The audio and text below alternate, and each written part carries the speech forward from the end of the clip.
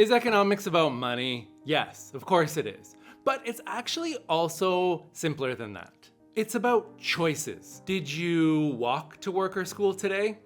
Or perhaps you drove or got a ride? Or maybe you took public transit. When you made that choice, you weighed the benefits against the trade-offs. If you walked, that might have been the cheapest, most environmentally friendly, and best for your overall health.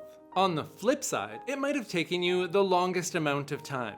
So you lost the opportunity to sleep in more, or perhaps get a head start on your work. This was a major economic decision. You weighed the benefits and trade-offs of your decision while taking into account the overall opportunity cost. Those are some of the core principles in economics. Believe it or not, you make thousands of choices like this every single day.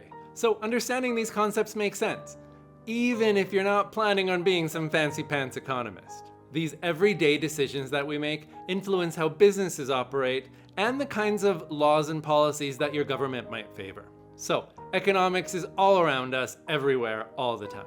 If you learned something today, give this video a like, subscribe if you haven't already, and we'll see you again next time.